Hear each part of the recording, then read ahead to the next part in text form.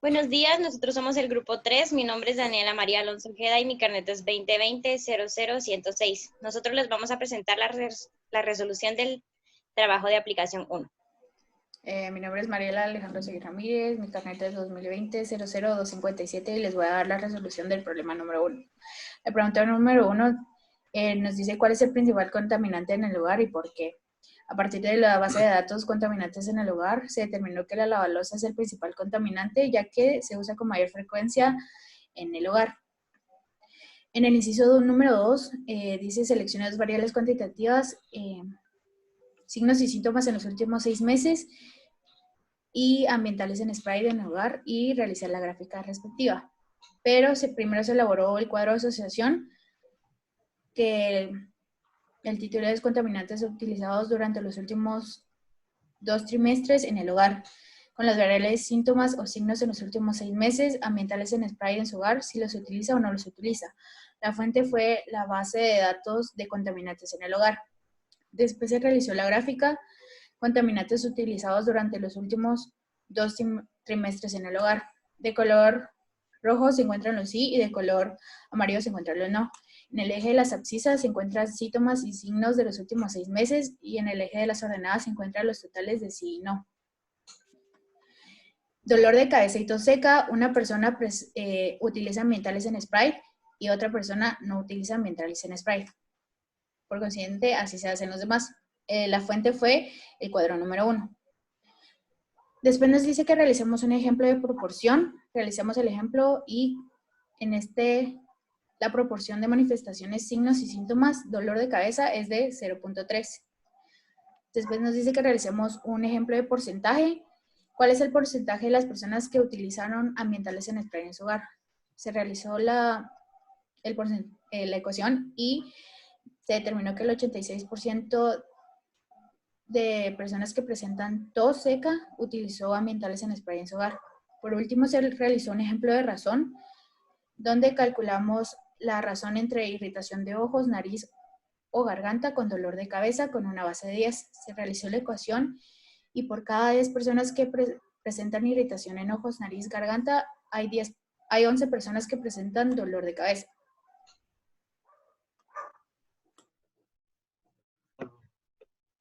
Buenos días, ingeniero. Mi nombre es Pablo Haroldo Quies Salas. Mi número de carnet es 2020-00778. Voy a dar a lo que es la resolución del problema número 2. De la base de datos proporcionada, seleccione la variable el número de veces de la semana que utiliza la balosa. Dejando constancia de todos los cálculos efectuados, realice lo siguiente. Inciso número 7. Aplicando la regla de Sturges, construya los intervalos de clase. Para hallar el rango, necesitamos lo que es el dato mayor menos el dato menor. El resultado nos daría 18. Para lo que es el intervalo, la fórmula a utilizar es 1 más 3.322 por el logaritmo de n. En este caso, el logaritmo de n es el número total de datos. Sustituyendo nos daría un total de 6.39, que aplicando la regla de Sturges lo aproximaríamos al dato siguiente. En este caso sería el número 7.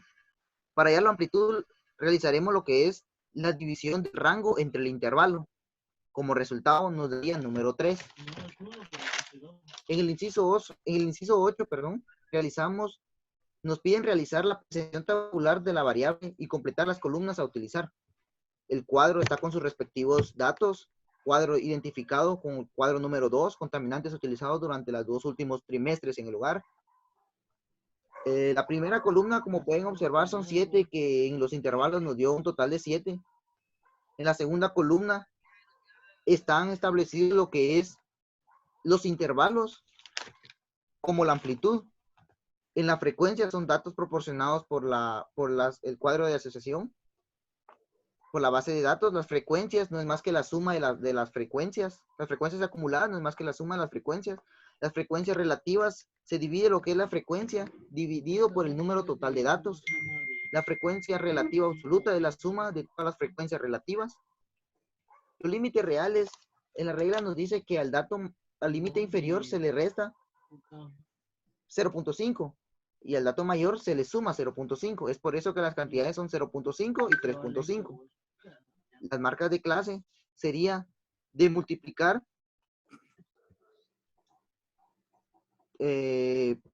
La marca de clase sería de multiplicar y la columna donde dice X por F es la multiplicación de marcas de clase por el número de frecuencia.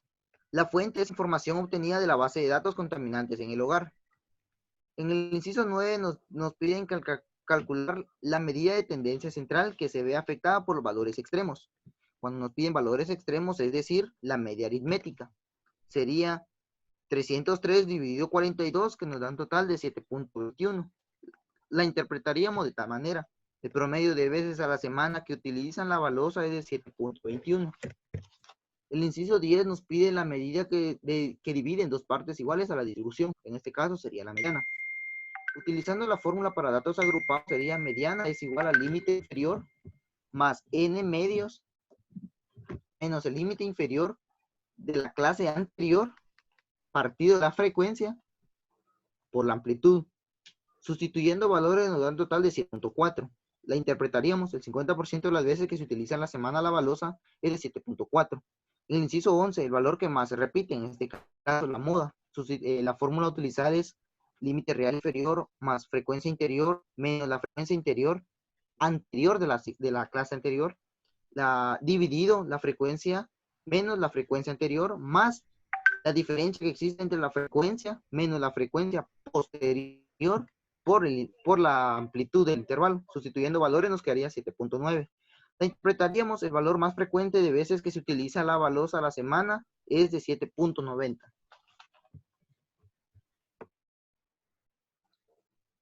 Buenos días, mi nombre es Carlos Francisco Cuque Hernández, con carnet 2020-04-476.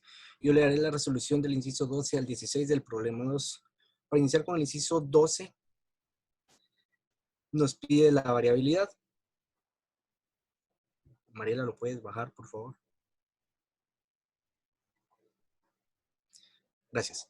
En la variabilidad, como podemos observar en pantalla, la fórmula es la sumatoria de las marcas de clase menos el promedio al cuadrado por frecuencia partido n. Eso nos da un resultado de 17.14, pero ya que nos piden las unidades originales, sacamos la raíz cuadrada para eliminar el cuadrado y nos da una respuesta de 4.14. Ahora bien, en el inciso 13 nos pide la variación relativa, la cual se saca mediante el coeficiente de variación, el cual es la variabilidad dividido las marcas de clase por 100, eso nos da un resultado de 57.42 y la interpretación de ello es que la desviación estándar representada es de un 57.42 en la media aritmética. Ahora bien, con el inciso 14 nos pide el percentil 40. Para ello tenemos la fórmula en pantalla, la cual es el límite real inferior más la multiplicación de la posición por n partido 100 menos la frecuencia anterior dividido la frecuencia por amplitud. Eso nos da un resultado total de 6.77, como lo podemos ver, y la interpretación es que el 40% de las veces que se utiliza la semana la balosa es de 6.77. Ahora bien, con el inciso 15 nos pide la elaboración de un histograma y su interpretación. Como lo podemos observar en pantalla, en el eje de las abscisas encontramos el rango de las veces que se utiliza la semana en la balosa y en el eje de las ordenadas encontramos la cantidad de personas que lo utilizan. La interpretación quedaría de la siguiente manera. Según la gráfica de los estudiantes está por debajo del 0.5 de las veces que se utiliza la semana y solo un estudiante supera las 18.5 número de veces que se utiliza la semana. Ahora bien, con el inciso número 16 nos hace una pregunta en la cual dice que qué efecto puede producir este producto en la salud. Dice que en resumen dice que el uso en exceso de la balosa elimina gran parte de microbios, pero de igual forma nos hace dependientes y de igual forma el sistema inmunológico lo necesita a grandes rasgos. Gracias. Bueno, soy Daniela Alonso, mi carnet es 2020-00-106 y yo les voy a explicar un poco el problema 3.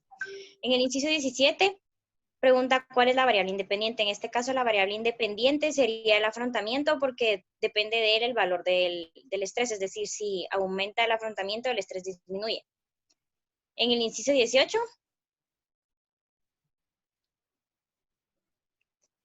Utilizando Excel, obtuvimos la ecuación de mínimos cuadrados, que es la que se muestra en pantalla, que es y igual a menos 0.7635 más 75.425, y su resultado es 0.7166.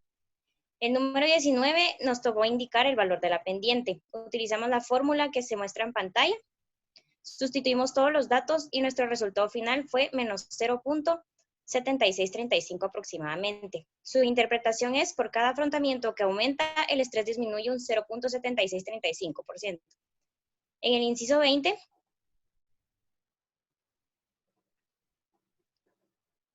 se nos pregunta que si el afrontamiento es de 88, ¿cuál es el valor del estrés?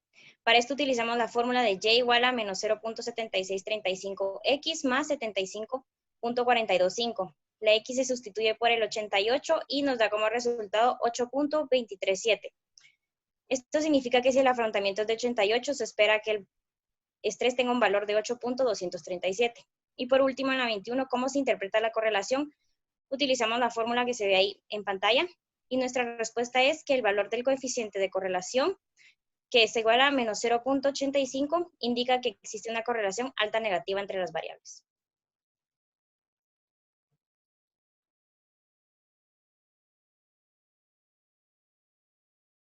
Mi nombre es Tiago, mi número es 2020-04323 y voy a hablar sobre el problema número 4.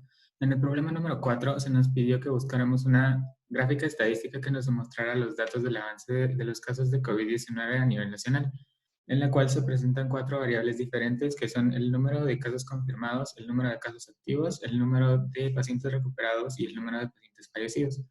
En esta gráfica se nos muestra que la variable independiente es el número de casos confirmados, ya que todas las demás dependen de casos que se hayan confirmado para determinar cuántos tienen activos, cuántos han recuperado y cuántos han fallecido. En el siguiente inciso se nos pregunta cuál es la importancia de la bioestadística para el análisis de los datos obtenidos durante este tiempo, a lo cual se responde como es la parte de la estadística que se encarga del análisis de los datos de los problemas biológicos. A esto se refiere que si en la bioestadística no se podría tener una cifra exacta de los casos que se han hasta el momento a nivel nacional y de cómo los factores pueden afectar o contribuir a la propagación del mismo. Gracias.